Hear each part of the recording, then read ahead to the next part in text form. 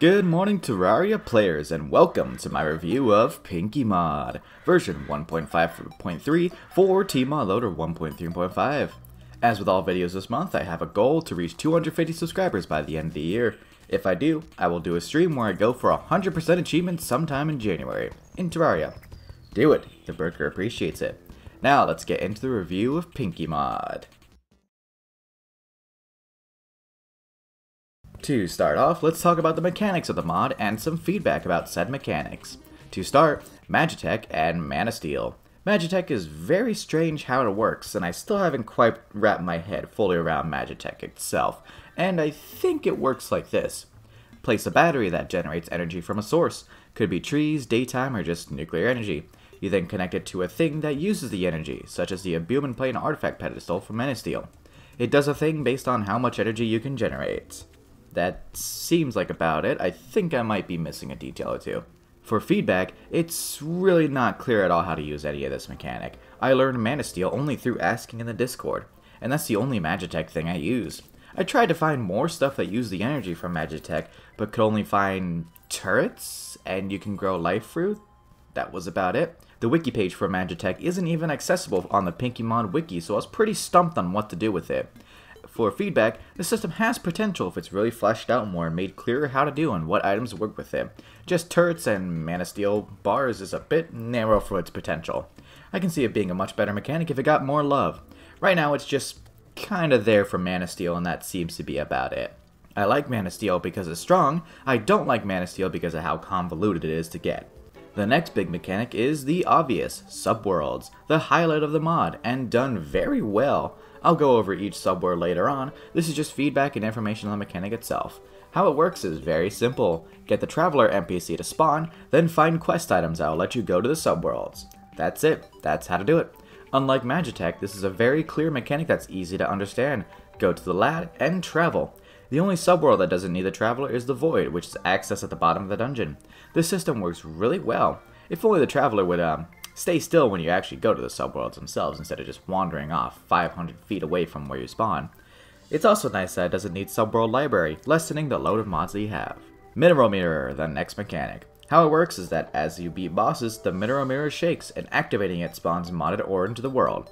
That's literally it. It's a fine mechanic, but honestly should be in a starter bag instead of crafted. It's possible to entirely miss it if you don't actually look for it, or know it exists. And now let's start with the true feedback section. The bad, the good, then subworlds, and then bosses, in that order. Let's begin. To start with the bad, or well, not super bad, but you know, just something I noticed. There's a lot of chaff in this mod. Quite a bit. A lot of it unfortunately gets pushed to the wayside. While the chaff isn't as big as an issue as a mod like Calamity, where there's 3 good weapons per class for each stage, the issues I had was probably with the class I played, which was melee. A ton of weapons were melee without projectiles, so they're automatically useless in my eyes. It's just the way Terraria is. Unless you make true melee overpowered, Calamity, there's really no use case for a true melee weapon against bosses versus a projectile melee weapon. That's not really the only chaff though. Composting was a mechanic that I didn't cover in the mechanics section or even in my playthroughs because it doesn't matter. You can grow life fruits, yeah, but it takes 10 minutes, and in that 10 minutes you can find like 5 life fruits. Other plant related stuff just didn't have enough impact. Feels like a mechanic that's there just for the sake of being a mechanic and doesn't really have much impact on the game. Most likely chaff. To summarize, the mod has some chaff that can be slimmed down. True melee weapons and composting are the big two that I noticed that either hurt the gameplay or wasn't worth me looking into on the slightest. On to the next downside. Early game balance. Early game modded content was pretty rough. I struggled really hard until hard mode really. In the first subworld, as an example, which is accessible right as you start, but is recommended to be entered after either worlds, there's enemies with 600 health in pre-hard mode. Pre-hard mode, where the biggest threat in vanilla pre-hard mode is harpies, which have 200 health in expert mode. Even dungeon enemies have less than 600, but this mod adds enemies to the dungeon that have up to 1500. Again, in pre-hard mode. It is actually my biggest gripe with the mod and made pre-hard mode a massive pain.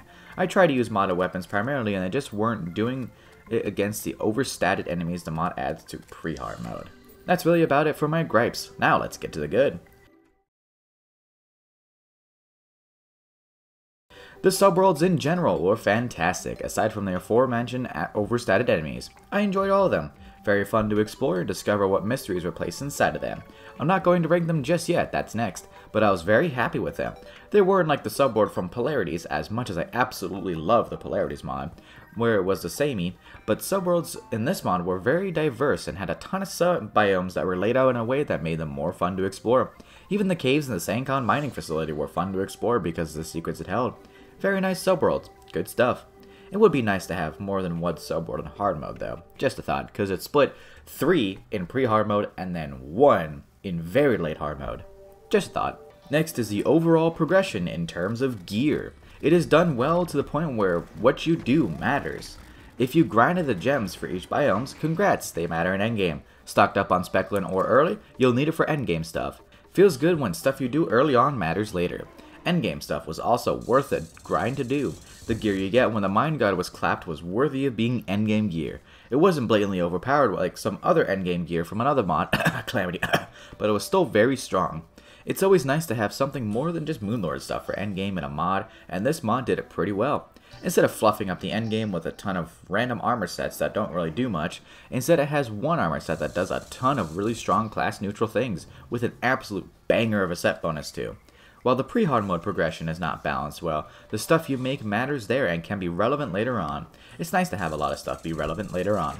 Next is the furniture and blocks. I like building, even though I'm not that great at it. This mod adds quite a lot of furniture to help out with builds. I didn't include this in the chaff section because it really doesn't feel like chaff. It's just stuff that's nice to have to make what you build look better. I used a bunch of banners and statues in my build. They weren't useful, they just look cool, and I think that's fine. It's really something I kind of miss about 1.3 Terraria is having one very large base that you can make to house all your NPCs instead of being punished for wanting to keep them close. Bigger builds and bigger towns are always more fun than spreading out your NPCs despite pylons being amazing. Anyways, the furniture added in this mod was a nice addition. I liked it. And now let's get to the subworlds. Twilight Isles, Desert Town of Ayid, Cathedral of the Stars, Sancon Mining Facility, and the Void. To start, the Twilight Isles. Accessed as early as you feel like it. This subworld is rough upon first entry, with enemies being massively overtuned in damage and health. It's a very pretty subworld, yes, but it's not very enjoyable to actually look around due to the absolutely absurd spawn rates of enemies. No joke, to fight the modded bosses in every subworld in pre-hard mode, I had to enable Heroes mod specifically to stop enemies from spawning as I made my way to the boss arena. It was especially worse here because spike slimes. So I would try to fight the boss, but then I get poisoned, so I'd wait almost a minute for the poison to go away, only for 7 more spike slimes to spawn and get poisoned again because I was melee. Not a fun time. The overall aesthetic and exploration aspect of the subworld was a big redeeming factor. It looked very nice, was well designed, and even had an underground aspect to it that you could mine, with a bunch of small chest rooms. Overall, I'd give this subworld a middle rating of 5 out of 10. With better balancing and a fix to the ludicrous spawn rates, the subworld would be a lot better. Next up is the Desert Town of Ayid. A small subworld, it's mainly used just to fight the Sunlight Trader. The subworld is still pretty good, having many secrets within. A whole large underground tunnel system that had plenty of loot, mostly furniture oddly though. It was very nice that it included an actual boss arena to fight as the Twilight Isles did not. The subworld, although small, is still up there in subworlds as mod. Overall it gets a 7 out of 10 for me, could use a bit more reason to go there besides Sunlight Trader. The next one is the Cathedral of the Stars. This is purely a world for the story of the mod, so I won't give it a rating. No loot, no enemies, just exposition. Looks pretty great though, I do like how it looks.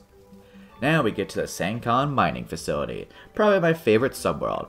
It does still have the issue of ridiculous spawn rates, but man, this subworld was just fun to explore and find everything. The aesthetics of an abandoned mine because the miners delve too deep is portrayed very well in its design, signs that do world building, and even some environmental storytelling. It's laid out decently well, but it doesn't really have a good path to the boss arena of the subworld, so it's a bit of a pain to go back and forth. Very good subworld, much enjoyed. I'd give it a 9 out of 10. Spawn rates are that big of an issue, honestly. The last and final subworld is the Void, accessed after Plantera. This subworld is very good. Still has the enemy spawn issue, but it's less prominent here because it's the biggest subworld. It has plenty of sub-biomes too, and even a mini dungeon, which I liked, except the maze. The subworld had a lot of mystery associated with it and a lot of hidden structures. I did never find the second mythical pyramid. Sorry, Desert Scourge. Cool subworld with a lot of cool enemies and cool bosses. It was a bit annoying to deal with a Black Rage debuff as it limited exploring and persisted even if you left the subworld. Probably a bug. Really no point other than thematics, I guess. The Dark Ritual pieces encourage exploration, and it was nice to feel rewarded when finding them. Very solid subworld, overall a 9 out of 10. I like it. And now, let's get on to the bosses. In total, there are 8 bosses. 3 pre-hard mode, 4 hard mode, and 1 post-Moon Lord. Let's get into them. The first mod boss was Kabbalam. Probably the worst boss in this mod, to be honest. A generally unfun fight. The first phase really wasn't an issue where he jumps and shoots acorns. It's after that. You're doing good dodging attacks when suddenly there's a boulder smacking you in the face, dealing 100 damage. Then there's 10 goblins that you have to deal with. Then the vine attack that is close enough to where getting hit by one means you get knocked back into another vine. Then you get knocked back into another vine. And then back and forth, just basically being like a tennis ball in between 2 vines. You just lose at that point. Very frustrating fight and needs a desperate tuning of damage. Pretty unfun. Not as bad as Azana from Elements Awoken though. Solid 2 out of 10, not a fan at all. Next is a Sunlight Trader. Very fun boss fight. A very broad moveset to keep you on your toes, and it's very movement based. The downside to this boss was actually that Serena was just too high up, so I was actually getting affected by low gravity if I jumped too high. Still a fun fight and with good loot. The armor set and weapons were pretty strong too. Nothing compared to the next boss loot, but it was good, and finally eased a bit of the pre-hard mode pains. Overall it gets an 8 out of 10 from me. Good boss fight. Next is the Heart of the Cavern God. I don't know if it was my loadout, but this fight was brutally long. It had a ton of health, but wasn't that hard. Kinda boring because of this. The loot was top tier though, with the weapons carrying me through a lot of early hard mode, even a few mechs. Big fan of the loot, but not a big fan of the fight. I'll just give it a 5 out of 10 for me. A bit boring, but carried by the loot. Next is the first hard mode boss, the Mithril Slime. I didn't really like this boss, to be honest.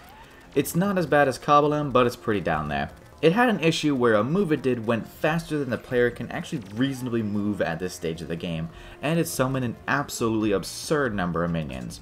The attack where it teleported and dashed horizontally at you was incredibly difficult to dodge, to the point where I just kind of gave up dodging that attack. For the minions, I just went away until they despawned. Pretty obnoxious. The loot was pretty great though, with a Jello Drop being crafted into an amazing maul weapon that carried me through Plantera. It gets a 4 out of 10 for me, again carried by the loot. And now we have Valderis, the Harpy Aegis. Honestly my favorite fight in the mod. He's a very fast paced fight, but it's not overly punishing if you goof once or twice. He had a wide moveset, but a lot of projectile spam. Really the only downside of the boss was just an absolute absurd spam of projectiles, as it got a bit annoying. It was cool to see how he had dialogue for phases as it changed, and his attacks got stronger. Very good boss. As for loot, the Pandan bars were pretty good too. Useful for a lot of stuff. I give this boss a 9 out of 10. These boss reviews are getting shorter because I've been typing the script for 4 hours. Next we have the Dungeon Constructor. Overall, meh. Its attacks were pretty confusing to dodge a lot of the time, especially its star attack, and it didn't do too much damage, but it was just really confusing. I took way too many hits, more than I should have when fighting it. For loot, it didn't have that great of loot, just a crafting material that made one absolutely baller weapon. I give it a 5 out of 10. It's decent. Next is the Abyss Crawlers. To be honest, this boss really didn't stick out to me at all. It was just another worm boss that you see 80 million of. There wasn't really anything interesting about it, just that when you killed one, the other got stronger. They shot lasers, they charged at you. Woot woot. This boss really just serves as a roadblock for Void Titanite, as the only loot, besides its expert mode item, is just some of the ore that you can just mine immediately after. I'd give it a 4 out of 10. Not too original and no good loot. And now we have the final boss currently, the Mine God. The boss was very confusing, and had the same thing Mithril Slime did where it went faster than what you can move at that stage, but this time it actually did damage. The projectiles were very hard to see, mostly because them being purple on a purple background, with purple stars flashing in and out, and purple walls that generate. Yeah, not the best choice for projectile colors. Not only this, but the phase where it went immune and he had to kill a ton of drones was just kinda boring. It's a pretty boss that is decently fun, but very confusing. Its loot is nice as you get the materials to make endgame gear, which is a plus. The endgame gear is great. I give it overall 6 out of 10. Confusing, but fun with good loot. So that's the review. How does it do? Let's summarize. Rough balancing for pre-hard mode, a lot of chaff, and confusing bosses are the downside, but very nice subworlds, great accessory progression, and very fun bosses, although, yeah, confusing. Now how does it compare to other mods I've played? Overall, I give Pinkymod, A Tale of Gods and Men, a 7 out of 10. Just a small note before finishing, this mod will do wonders in 1.4 with how the new lighting is. Playing the mod versus playing a 1.4 mod was like night and day purely because of the lighting graphic. The current version of the mod does feel like a 1.3 mod, and I can see the subworlds absolutely benefiting the most from a 1.4 glow up. With that, the review is done. Stay tuned next week for the trailer for the next mod I will be playing here on the channel. Thank you all for watching. Join my Discord. See you all in the next one. Blade Burger out.